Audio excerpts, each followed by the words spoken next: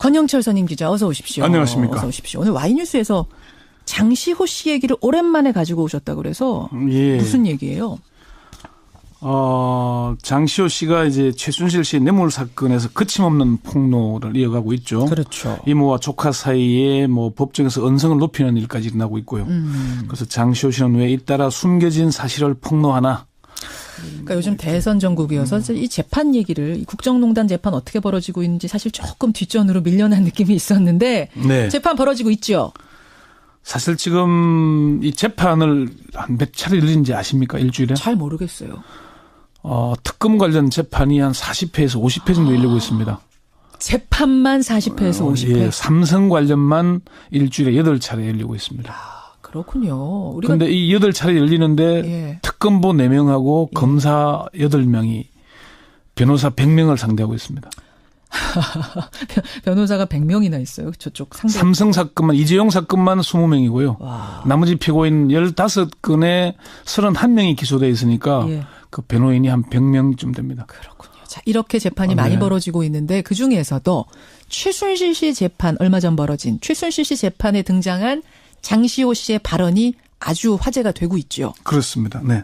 그러니까 돈이나 뭐 있다 이런 얘기를 했어요?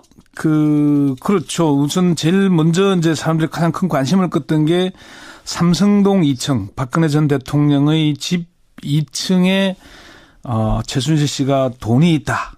그 심지어 뭐 그 돈이 있다는 얘기가 어느 정도냐면은 평생 먹고 살 돈이 있다라는 이런 얘기를 장시호 씨가 했어요. 그러니까 이거 상황을 좀 잘 설명해 주세요. 2016년 12월 4일에 네. 최순실, 장시호 두 사람이 검사실에서 나란히 조사를 받고 있는데 네. 갑자기 최순실 씨가 검사한테 목마르니까 물 좀 갖다 주세요.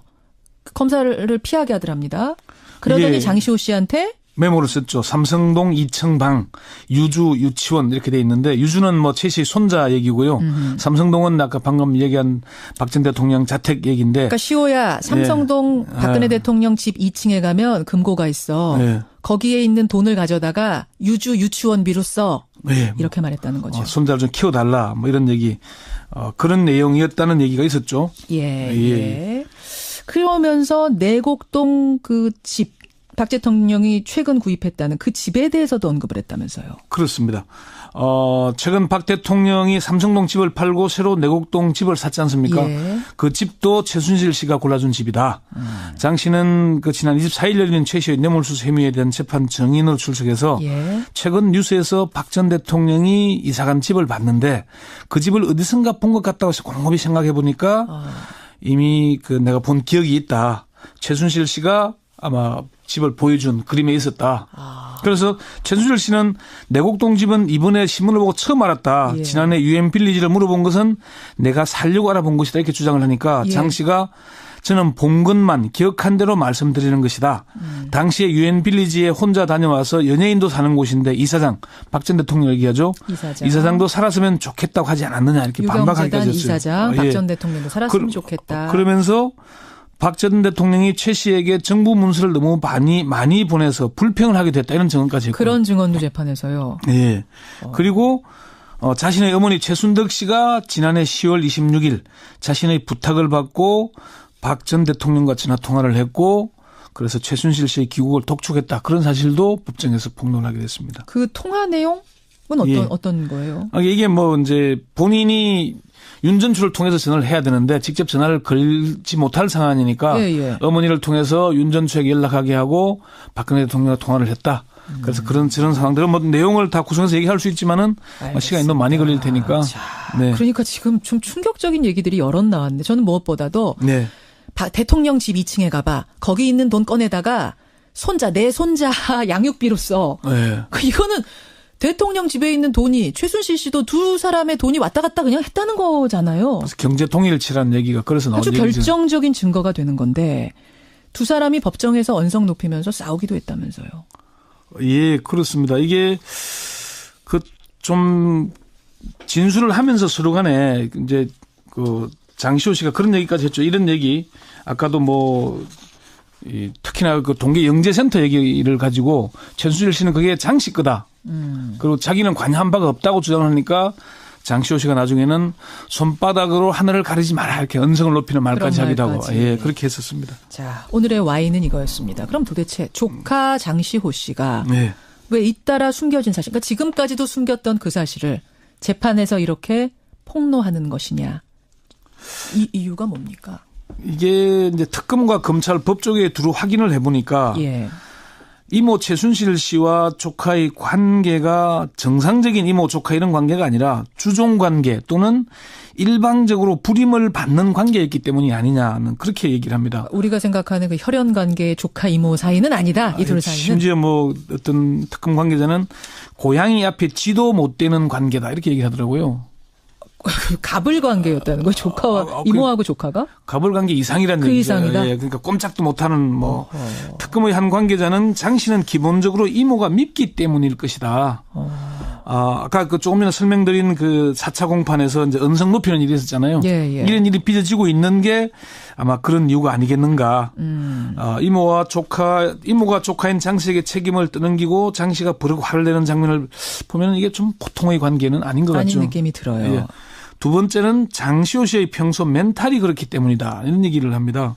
멘탈이 그렇다는 건 정신이 그렇다? 이게 무슨 말입니까? 평소의 스타일이. 장 씨를 조사한 특검 관계자는 장 씨는 기본적으로 거짓말을 하지 않는 형태. 뭐 있으면 있는 대로 그냥 얘기해 솔직하게. 예. 특검의 한 관계자는 장 씨는 똑똑하고 기억력이 좋지만은 공부를 싫어하고 놀기를 좋아하는 스타일인 건 맞다. 기본적으로 머리 좋은데 뭐 성실하지 않은 스타일들 이런 느낌? 있는 건 있는 그대로 그냥 말한다. 이걸 뭐 감추려하거나 뭐 그래서 그러지도 않았다 그런 얘기고요. 이걸 뭐 좀 뭐 여러 가지 설명을 하자면은 장시호 씨의 뭐 그런 얘기일 수도 있으니까 그 정도로 설명을 하고요. 그래요, 예. 세 번째는 한간에서 분석하는 대로 양형의 도움을 받기 위해서 수사에 협조했고 재판에서도 적극적인 진술을 하고 있는 게 아닌가. 본인의 양형에. 그러니까 지금 재판에 사복 차림으로 계속 나오잖아요. 그래요. 애가 볼까 봐서 그렇기도 하지만은 예. 빨리 나가고 싶다는 의지의 표현이 아니겠는가 그런 얘기도 있는데 그렇지만 특검에서는 장 씨의 평소 스타일 때문이지 뭐 이게 양형 때문은 아니라는 그런 얘기도 합니다. 장 씨가 자신을 수사한 검사와 팀장, 수사 관계자들에게 편지를 썼다 그러잖아요. 그래요? 어떤 피의자도 그렇게 하겠느냐. 어떤 편지예요, 그 편지는? 손편지 뭐 고맙다, 뭐 수고했다, 뭐 이런 취지로 했다는 겁니다. 그렇군요. 결국은 스타일이 원래 그렇다. 뭐 숨기고 이런 스타일이 아니니까 그냥 생각나는 대로 있는 그대로 솔직하게 얘기하고 있는 것 아니냐라는 것에 가장 큰 답변을 찾을 수 있겠군요.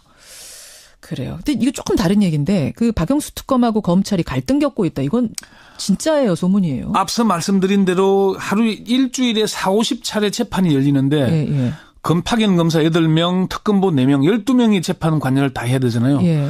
뭐 이게 수사 때보다 훨씬 몇 배로 더 힘들다고 합니다. 그 수사 대응을 또 일일이 변호인들이 문제를 제기하는 답변도 하고 대응을 해야 되잖아요. 그렇죠. 안 되고 있어서 추가로 다시 수사에 참여했던 검사들 파견시켜 달라 그러니까 대검찰청이나 법무부가 해줄 듯이 하면서 시간만 질질 끌고 있다는 거죠. 그래서 그 부분에서 갈등을 겪고 이게 있다. 지금 제대로 안 해주면은 사실 양재식 특검보 같은 경우에는 일주일에 5차례 재판에 들어가기도 하고 블랙리스트는 일주일에 4차례 열립니다. 그 이야기 다음에 한번 떼서 다시 한번 좀 깊이 해볼 필요가 있겠네요. 네, 중요한 재판이잖아요. 그렇죠. 자, 여기까지 오늘의 와이뉴스 권영철 선임 기자 수고하셨습니다. 권영철 선임 기자 어서 오십시오. 안녕하십니까. 어서 오십시오. 오늘 와이뉴스에서 장시호 씨 얘기를 오랜만에 가지고 오셨다고 그래서 무슨 얘기예요? 장시호 씨가 이제 최순실 씨의 뇌물 사건에서 거침없는 폭로를 이어가고 있죠. 그렇죠. 이모와 조카 사이에 뭐 법정에서 언성을 높이는 일까지 일어나고 있고요. 그래서 장시호 씨는 왜 잇따라 숨겨진 사실을 폭로하나? 그러니까 요즘 대선 전국이어서 이 재판 얘기를 이 국정농단 재판 어떻게 벌어지고 있는지 사실 조금 뒷전으로 밀려난 느낌이 있었는데 네. 재판 벌어지고 있죠.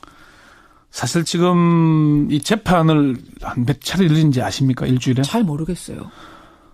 특검 관련 재판이 한 40회에서 50회 정도 열리고 있습니다.